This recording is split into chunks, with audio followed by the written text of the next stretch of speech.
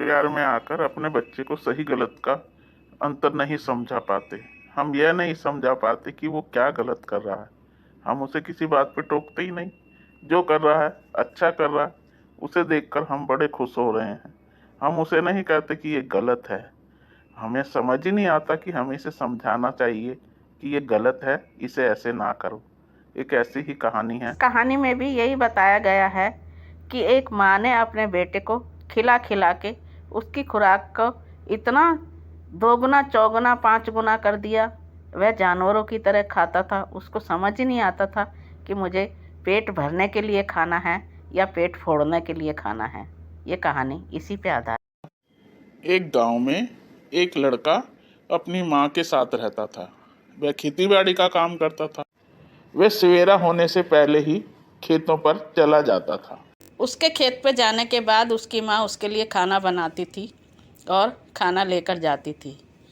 उसकी माँ उसके लिए एक बड़ा टोकरा भर के रोटियों एक बड़ा मटका भर के लस्सी का लेकर जाती थी। रोज का उसका यही काम था।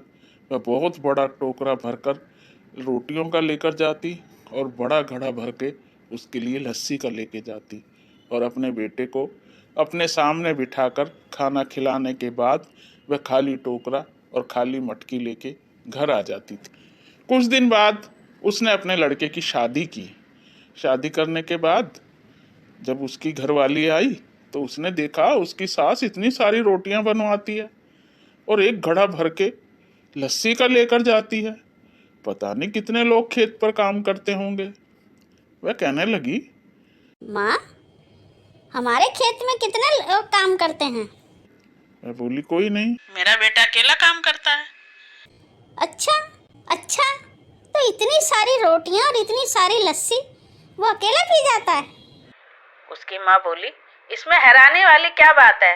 जब वह इतना काम करता है तो खाना भी तो इतना ही खाएगा ना।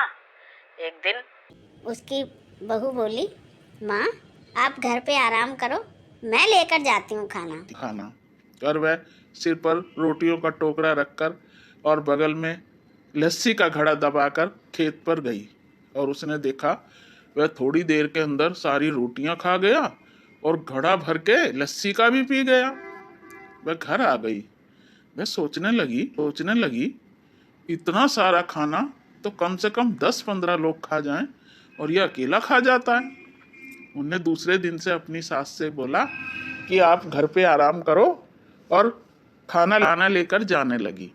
पहले दिन रोज खाना लेकर जाने लगी।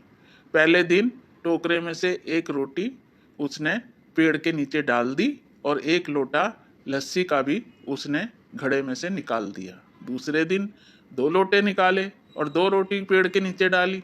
तीसरे दिन 3 रोटी निकाली और 3 लोटे लस्सी के निकाले। ऐसे करते करते उसने आखिर में उसके टोकरे में 4 रोटी और 1 लोटा मटकी के अंदर लस्सी ही बची। अब वह रोज 4 रोटी बनाकर लेकर जाती और 1 लोटा लस्सी का लेकर जाती। एक दिन बहू की तबीयत खराब हो गई। सास ने कहा, तो चिंता मत कर, आज खाना मैं लेकर जाती हूँ। और उसकी सास ने वही टोकरा भर के रोटियों की बनाई और एक मटका लस्सी का लेके खेत पर पहुंची। लड़के ने देखकर पूछा, माँ, इतना सारा खाना कौन खाएगा? माँ बोली, तेरे अलावा और कौन है यहाँ? तू ही खाएगा। पर इतना? वह बोला, नहीं माँ, तेरी बहू 4 रोटी और 1 लोटा लस्सी ही लेकर आती है, वही मैं खाता हूँ और मेरी खुराक इतनी है। तू इतनी रोटियां मत बनाया कर। उसकी माँ को बड़ा अचरज हुआ। मैं इतने दिन से इसे इतनी रोटियां खिला रही थी और बहू ने आके इसे सिर्फ 4 रोटी पर ही टिका दिया। वह बेटे से बोली, मगर 4 रोटी खाकर तेरे अंदर ताकत कहाँ से आएगी? लड़का बोला, नहीं माँ, तेरे सामने बैठकर मैं कितना खाना खा जाता था, मुझे समझ ही नहीं आता था। तू खिलाती जाती थी, मैं खाता जाता था। मुझे पता ही नहीं था कि मैं जानवरों की तरह खाए जा रहा हूँ, खाए जा रहा हूँ। अब मुझे समझ आ गया। खाना जीने के लिए खाया जाता है, खाने के लिए नहीं जिया जाता। अब तक मैं ये समझ ही नहीं पाया था। अब मैं सिर्फ 4 रोटी खाता हूँ माँ। सास ने बहू को गले लगाते हुए कहा कि जो बात मैं आज तक नहीं समझा पाई, वो तूने आकर समझाई है कि खाने के लिए नहीं जीना होता, जीने के लिए खाना होता है।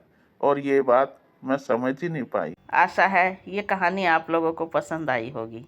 धन्यवाद।